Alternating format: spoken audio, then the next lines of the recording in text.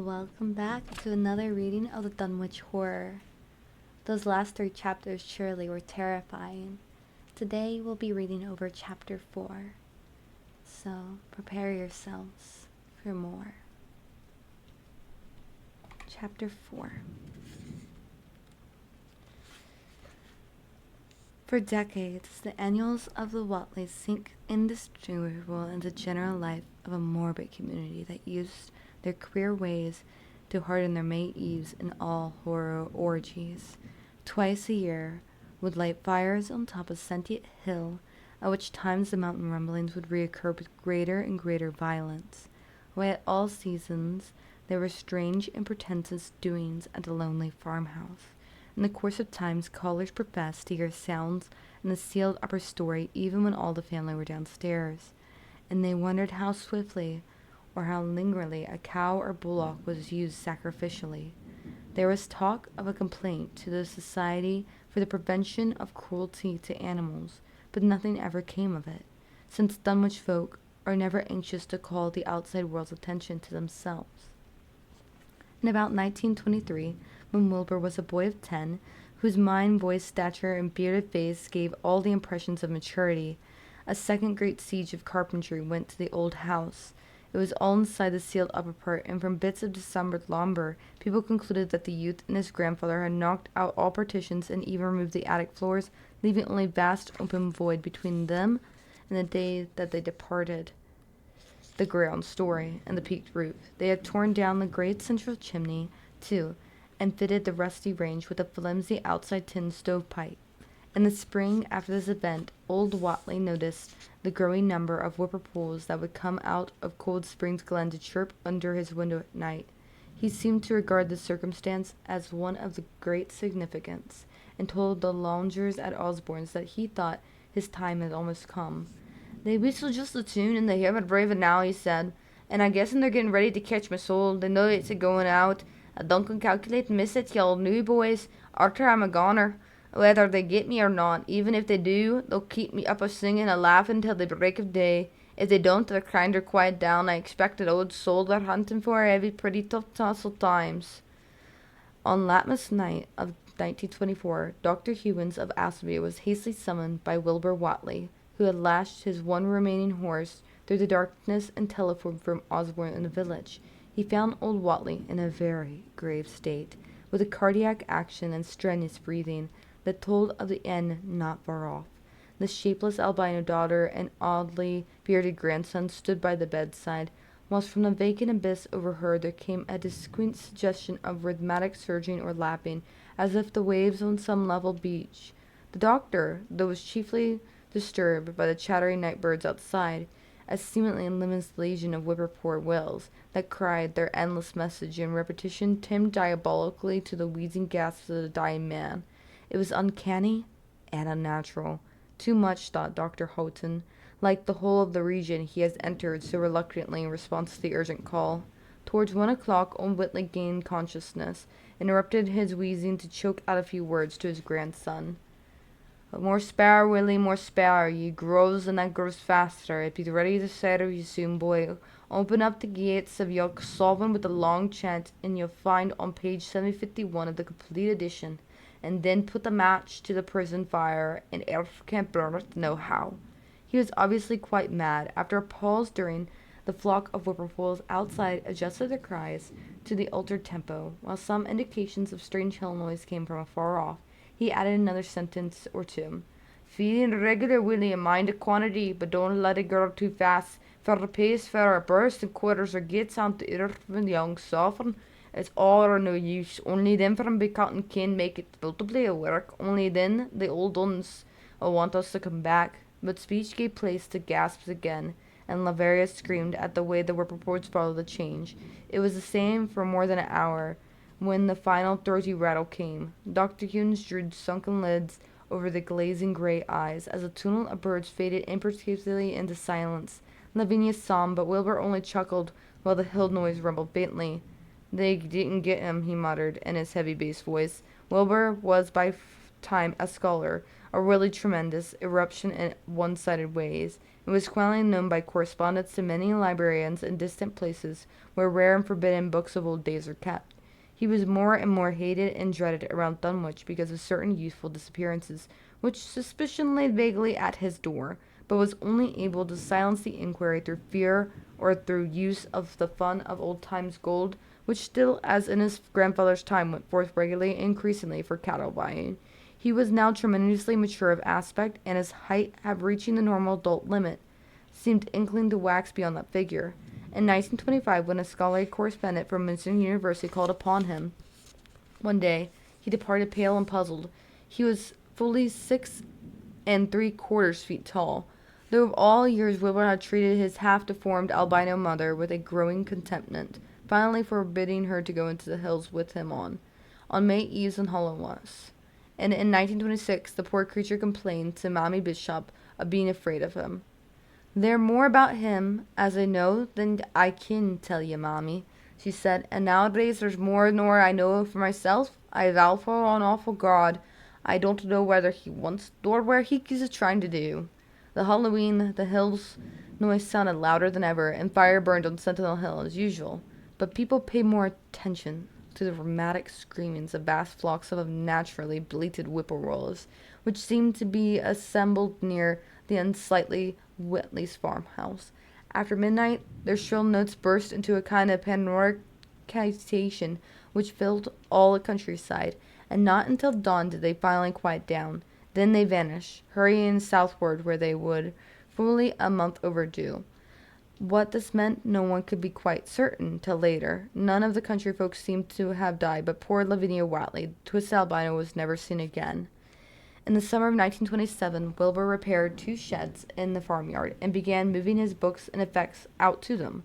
Soon afterwards, Earl Sawyer told the loungers at Osborne that more carpentry was going on in the Watleys' farmhouse. Wilbur was closing all the doors and windows of the ground floor, and seemed to be taking out partitions as he and his grandfather had done upstairs 4 years before. He was living in one of the sheds, and Sawyer thought he seemed unusually worried and tremulous. People generally suspected him of knowing something about his mother's disappearance, and very few could approach his neighborhood now. His height had increased to more than 7 feet and showed no signs of ceasing its development. The following winter brought an event no less strange than Wilbur's first trip outside the Dunwich region: correspondence with Wilbur's library at Harvard, the Bibliothèque Nationale in Paris, and the British Museum. The University of Buenos Aires and the library of Muscatine University of Arkham had failed to get him the loan of a book he desperately wanted. So at length he sent out in person, shabby, dirty-bearded, and uncouth of dialect, to consult the copy of Masonic, which was the nearest to him geographically. Almost 8 feet tall, and carrying a cheap new Bowsley from Osborne's general store, the dark goatish gargoyle appeared one day in Arkham in quest of the dreaded volume, kept under lock and key at the college library, the hideous Necronomicon of the mad Arab old blue Hussar, an oldest watered Latin version, as printed in Spain in the 17th century. He had never seen a city before, but he had not thought save to find his way to the university grounds, where indeed he passed heedlessly by the great white-fanged watchdog that barked with unnatural fury and enmity, and tugged frantically at its stout chain. Wilbur had with him priceless but imperfect copy of Dr. Dee's English version, which his grandfather has bequeathed him. Upon receiving access to the Latin copy, he at once began to collate the 2 texts in the aim of discovering a certain passage which would have come at the 751st page of his own defective volume. This much he could not civilly refrain from telling the librarian, the same Airdrie of Henry Ayres, H.P., Ph. Philston, Dr. John Hopkins, who had once called at the farm, and politely plied with the question he was looking for. He had admitted for a kind of formula of incantation containing the frightful name Young Solace, and it puzzled him to find discrepancies, duplications, and ambiguities, which made the matter of determination far more easy. As he copied the formula he finally chose, Dr. Armington looked involuntarily over his shoulder at the open pages, the left-hand one of which, in the Latin version, contained such monstrous threats to the peace and sanity of the world. "Nor is it thought," ran the text as emergently translated, "that man is either the oldest or the last of earth's masters, or that common bulk of life and substance walks alone. The old ones were, the old ones are, and the old ones shall be. Not in space we know, but between them. They walk serene and primal, undimensional and to us unseen. Young Sabbath knows the gate. Young Sabbath is the gate. Young Sabbath is the key, and the guardian of the gate, past, present, future, all are one in Young Sabbath. He knows where the old ones broke through of old, and where they shall break through again. He knows where they have trod earth's fields, and where they still tread them, and why not one can behold them as they tread. By their smell can men sometimes know them near, but as their semblance can no man know, saving only in the futures of those they have begotten of mankind, and of those there are many sorts, differing in likeness from man's truest elditation, to the shape which outsight or substance switches them. They walk unseen and foul in lonely places where the words have been spoken, and the rites bowed through at their seasons. The wind gabblers with their voices, and the earth mutters with their consciousness. They bend the forest, they crush the city, yet many of the forest or city behold the bands that smite. Cadath is the cold waste, hath be known them. What man knows Cadath? The ice desert of the south, and the sunken isles of the ocean, bold stones where all their seal is engraven, but who has seen the deep frozen city of the sealed tower, long garland with seaweed and barnacles? Great Cthulhu is their cousin, yet can spy them only dim Layla Shabernort. As foulness shall be known of them, their band is at your throats, yet ye see them not, and their habitation is one of the guarded threshold. Young Sabbath is the key to the gate, whereby spheres man rules. Now where they ruled once, they shall soon rule where man rules now. After summer is winter, and after winter is summer. They wait patient and potent, for they shall be reigning again. Dr. Armitage associated he was reading with what he had heard of the Dunwich and his brooding presence, and of Wilbur Whatley's dim, hideous aura, and stretched from a dubious birth to a cloud of profane mortal, felt a wave of fright as tangible as a draught of the tomb's cold clamminess. The bent goatish giant before him seemed like spawn of another planet or dimension, something only partly of mankind, and linked to the black gulfs of essence and entity that stretched like titan phantoms beyond all spheres of force and matter, space and time. Presently, Wilbur raised his head and began speaking in a strange, resonant fashion, which hinted at sound-producing organs unlike the runs of mankind. "Mr. Rogers," he said, "I calculate I've got to take that book home.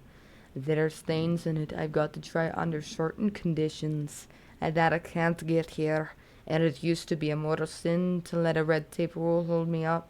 Now let me take it along, sir, and I'll swear I won't let nobody know the difference. I don't need you to tell ye.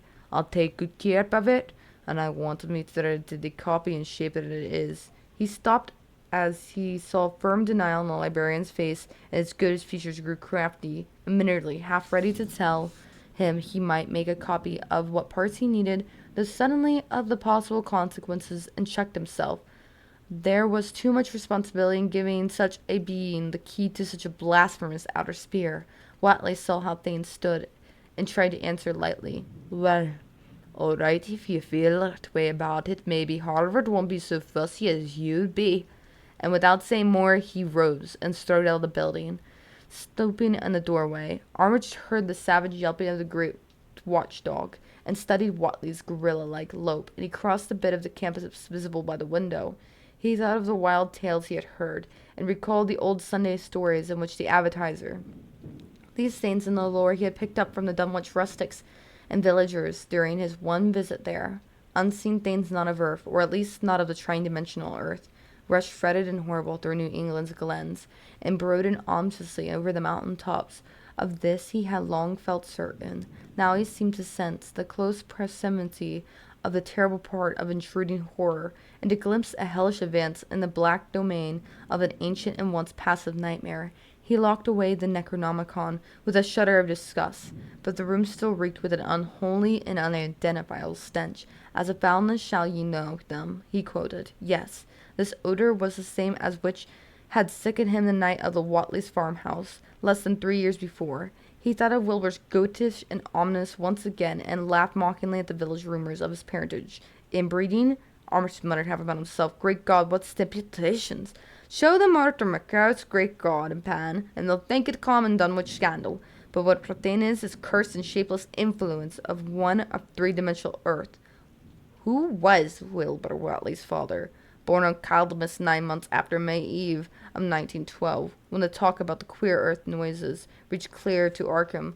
What walked on the mountains that May night? What luminous horror fastened itself into the world in a half-human flesh and blood?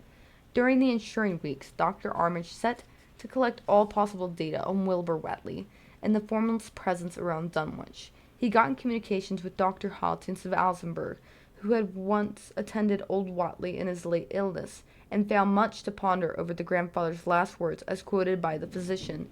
A visit to Dunwich village failed to bring out much of what was new, but a close survey of the Necronomicon in those parts which Wilbur had sought too avidly seemed to supply new and terrible clues to the nature and the methods and desires of the strange evil so vaguely threatening this planet.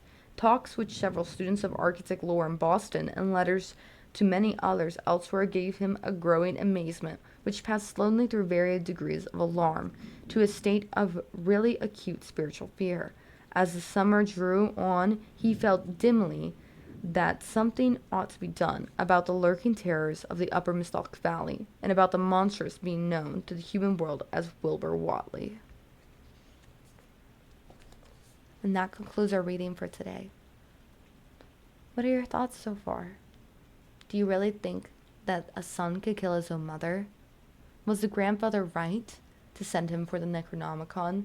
Will any repercussions come of this tale?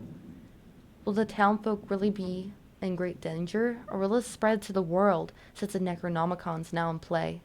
Feel free to leave your theories and comments below, and don't forget to like and subscribe. Tune in next time as we continue reading the Dunwich Horror by H.P. Lovecraft.